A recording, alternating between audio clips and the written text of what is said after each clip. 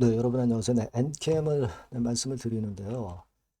자, 이거 우리가 그 감사 보고서 안 나온다 싶었는데 주가가 하락하는 거 보면서 낌새가 조금 그랬었죠. 네, 감사 보고서 지연 공시가 월요일 장 마무리되고 이제 떴습니다.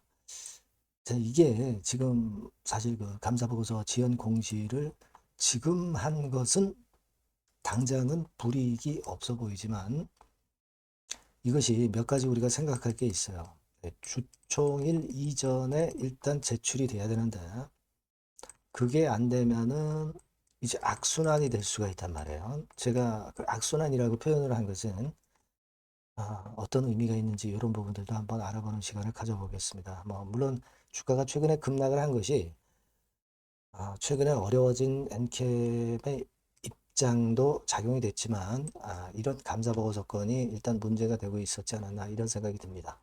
자, 이 부분을 제가 자세하게 짚어드릴 거니까 좋은 도움이 좀 됐으면 좋겠다는 생각입니다. 네, 그리고 영상의 그 끝부분에는 액티브 종목을 하나 말씀을 드리니까 참고하셔서 여기서는 좀 대박을 내보시고요.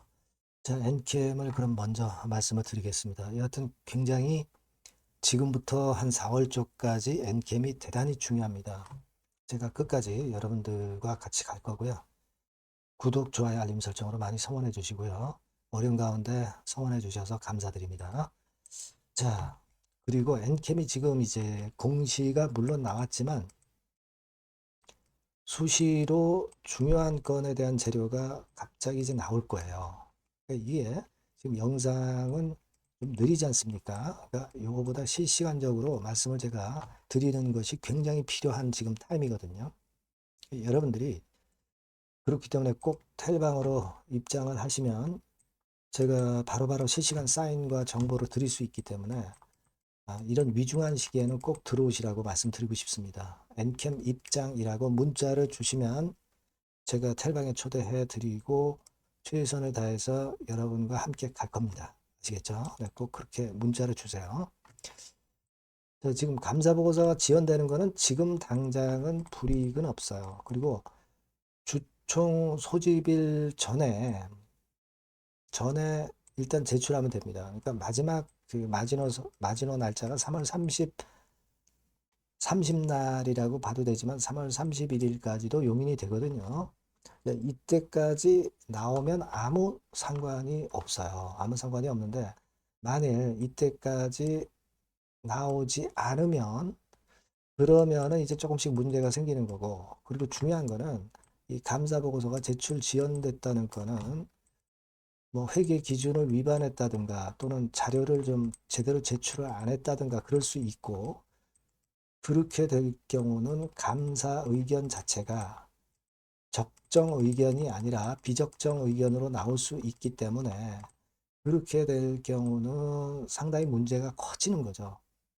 그래서 그런 부분들을 주목해야 되는 거고 지금 이제 표로 보시면 지연 공시를 일주일 이전에 해야 되지만 그러지 못했기 때문에 이제 문제가 될 수 있는데 일단 그 건에 대한 지연 공시를 했기 때문에 이거 불이익은 없어요. 만약에 이것도 지연 공시를 안 했다면 문제가 되죠. 그리고 정기주총 당일이 마지막 마지노선 날짜입니다. 그래서 법적으로는 3월 31일 날 하게 돼 있는 거고요. 감사보고서 제출을. 그리고 만약 그때도 못했다면은 4월 초까지 제출을 하게 되는 겁니다. 그죠? 4월 초까지. 그러니까 마감일 플러스 10일이 되는 거예요. 그렇게 되는 겁니다. 그러니까 이렇게 여러 가지의 상황을 우리가 생각을 해봐야 되겠고요. 일단 지금은 우리가 그 손실이 많이 난 부분, 이런 부분들도 물론 원인이 되겠지만 혹시라도 기업의 계속성이라든가 이런 부분에서 마이너스 요인이 나면 의견을 또 감사 의견을 안 좋게 받을 수 있기 때문에 여하튼 뭐 그럴 경우까지는 안 갈 수 있고요. 그렇지 않기를 또 기대를 해보는데 또 모르는 거니까 계속 우리가 체킹을 해봐야 되겠다 이런 생각을 합니다. 그래서 감사 보고서가 지연되는 게 잘 끝나는 것은 이제 적정 의견 제출을 받으면은 잘 끝나는 거죠. 해피엔딩이 되는 거예요.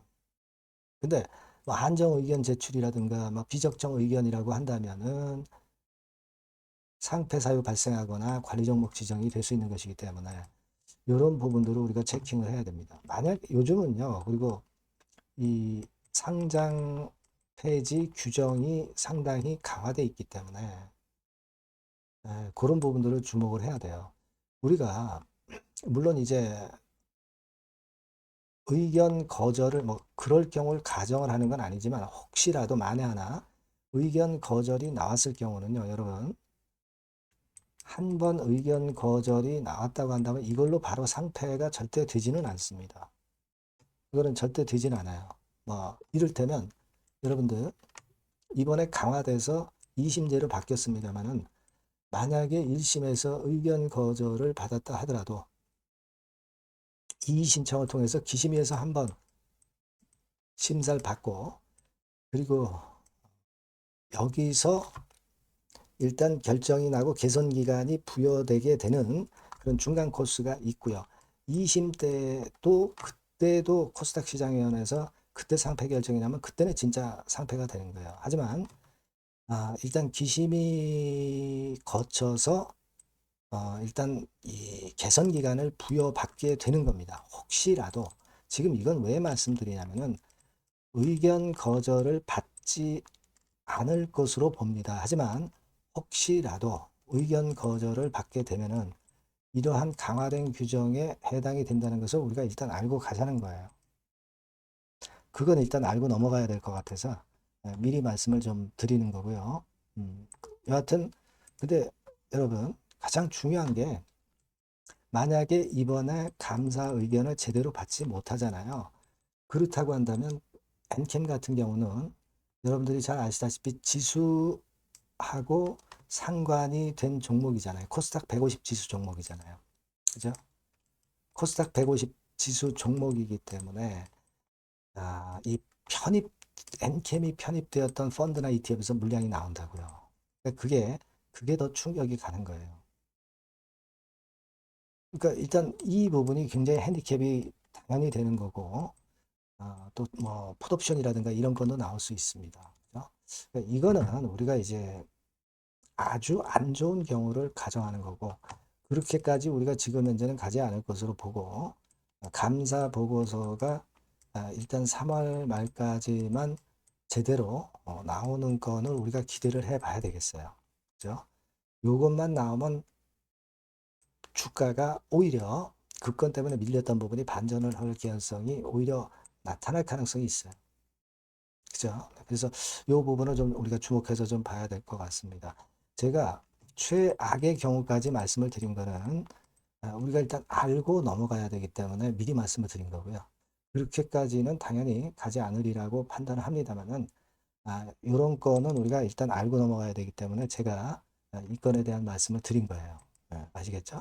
요건과 관련해서 여하튼 이제 공시도 많이 나오고 4월 초까지 상당히 중요한 재료들이 많이 나올 것 같아요. 요거는 제가 여러분께 계속 그 실시간 정보와 사인을 꼭 드릴 거니까 엔캠이라고 문자를 주시면 제가 실시간 정보와 사인을 드릴 겁니다. 이게 굉장히 중요해요. 무료 텔레그램 방으로 들어오셔도 좋고요. 엔캠 입장이라고 문자 주시면 제가 최선을 다해서 텔방에 초대해서 최선을 다해서 끝까지 실시간 정보와 사인을 드릴 겁니다. 꼭 문자를 주시는 게 중요하다는 말씀 다시 한번 드립니다. 아시겠죠? 자, 그리고 제가 액티브 종목을 말씀드린다고 그랬죠? 지금 말씀을 드릴 거니까 요거는 한번 좋은 매매 해보세요. 네, 여러분 이제는 말이죠. 액티브 ETF가 새로 출범하는 거를 여러분들이 잘 알고 이 액티브 종목을 집중 공략을 하셔야 됩니다. 그래서 제가 액티브 종목을 말씀을 드릴 거예요. 그러니까 여러분 요즘 그 지수 ETF를 투자하는 것은요, 이미 한물 가버린 겁니다. 이제는 지수가 한 차례 큰 폭으로 급등했다가 흔드는 그런 패턴이기 때문에 이제는 다시 그 코스닥 쪽에서 출범하는 액티브 ETF를 봐야 돼요. 근데 여러분들이 뭐 ETF를 하라는 말씀이 아니라 그 액티브 ETF에 편입이 될 종목을 해야 된다는 거예요. 예. 그냥 뭐 개인들 사는 종목들이 되는 건 절대 아니고요. 실제로 이 액티브에 편입이 되는 종목들, 네, 이런 종목들만이 차별적으로 또 큰 시세를 낼 거예요. 물론 여러분 코스닥 쪽 액티브 쪽 ETF가 새로 출범하는 겁니다, 여러분. 그걸 여러분들이 주목을 하실 필요가 있다. 그래서 여기에 대한 말씀을 제가 드리려고 해요. 그래서 삼성하고 타임폴리오 쪽에서 먼저 이제 시작을 하는데 시작을 할 따름이고 이걸로 그냥 끝이 아니라 계속 연이어질 수 있다는 부분들을 여러분들이 생각하셔야 됩니다. 그러니까 결국 이제 이 기관에서 만드는 이 기관에서 만지는 종목들만 될 수밖에 없는 그런 패턴이 될 가능성이 높다는 거죠. 아마 기사들을 통해서 어느 정도 여러분들이 감 잡고 계실 겁니다. 그거거든요. 그래서 우리가 이 액티브 종목을 해야 된다. 이걸 우리가 공략을 해야 된다. 이 말씀을 좀 드리고 싶은 거예요. 네. 다시 말씀드리지만 지수 ETF 쪽 관련주들은 사실 한물 같습니다.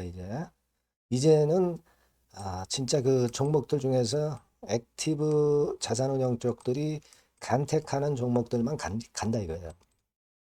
그래서 여러분도 잘 아시겠지만 이제 삼성 액티브하고 타임폴리오부터 이제 시작이 되는데 이게 그냥 한 달 뭐 이렇게 해서 끝나는 게 아니라 계속 뭐 몇 달간 계속 이어질 거다라는 얘기죠. 이 부분을 주목하셔야 돼요. 삼성에서는 예를 들면 코스닥 핵심 성장주에 집중 투자를 합니다. 어리버리한 종목들은 투자를 안 한단 말이에요. 그러니까 이런 쪽만 올라갈 거예요. 그리고 타임폴리오 같은 경우는 신성장 종목 이쪽을 주로 공략을 하는 거예요. 그겁니다, 여러분. 그래서 여기 그 제가 설명을 드렸지만은 국내 증시 역사상 최초입니다. 코스닥 비교지수 액티브 ETF가 등장하는 겁니다. 그러니까 기초 지수를 단순히 복제하지 않고, 그러니까 지수 쪽 ETF가 아니라는 얘기예요. 지수 쪽 ETF는 주로 이제 패시브라고 그러죠. 패시브. 펀드 매니저가 종목과 비중을 직접 결정을 하는 거니까 우리는 여기서 이 종목을 잡자 이거예요. 아시겠습니까? 시총 상위주에 대한 쏠림 현상 됐던 거는 이거는 지수 ETF예요. 그죠? 그러니까 종목별 차별화 장세 대응에 용이하다는 겁니다. 이걸 우리가 명확히 파악하고 대응을 하셔야 된다는 얘기예요. 그래서 여러분 여기 나와 있지만 액티브 ETF하고 패시브 ETF하고 비교를 하는 거 나와 있습니다만 패시브 ETF는 지수에 투자를 하는 거고 액티브 ETF는 종목에 투자를 하는 거다. 모든 종목 투자하는 게 아니라 엑기스 종목만 한다 이거예요. 그러니까 시장 지수 대비해서 초과 수익 날 가능성이 상당히 높고 운용력이 종목과 비중을 직접 선택하는 거다 이런 얘기죠. 예. 그리고 투자 전략은 수동적이 아니죠. 지수 추종하지 않기 때문에 능동적이고 시장 상황에 맞춰서 발빠른 대응이 가능하다. 그죠? 네, 이게 특징이에요. 그러니까 지금은 우리가 이 액티브 ETF에서 공략할 종목을 여러분들이 이제 선택해서 저하고 같이 하자는 얘기입니다. 그죠? 그거예요, 논점은. 거기에 바로 포인트가 있다. 이렇게 말씀을 좀 드리고 싶은 거고요. 자, 여기 보시는 바와 같이 자산운용사가 그 삼성과 타임 이후에도 계속 줄지어 출범해요. 하나자산운용, 미래에셋, KB, 신한, 한국투자신탁운용 이런 식으로 출범합니다. 그러니까 선도 주자인 삼성이나 타임 같은 경우가 분명히 이제 상당히 고무적인 좋은 결과를 만들어낼 거란 말이에요. 그렇게 되면서 이쪽으로 또 자금이 몰리는 겁니다, 여러분. 지수 ETF 쪽이 아니에요. 액티브 ETF 쪽으로 몰린다 이거예요. 자, 그렇기 때문에 이 건과 관련된 액티브 관련주를 제가 말씀을 드릴 거예요. 그게 뭐 한 종목으로 끝나는 게 아니라 지속적으로 말씀을 드릴 겁니다, 여러분. 그러니까 여러분들이 이 전번으로 액티브라고 꼭 문자를 주시면 아시겠죠? 뭐라고요? 액티브. 그죠? 능동적인 그런 뜻이죠. 액티브라고 문자를 주시면 제가 그 종목과 매수 타임과 매도 타임과 중간중간 AS까지 드릴 거예요. 액티브라고 꼭 문자 주셔서 이번에 한번 좋은 기회 한번 발견해 보시자고요. 네, 아시겠죠? 네, 감사합니다.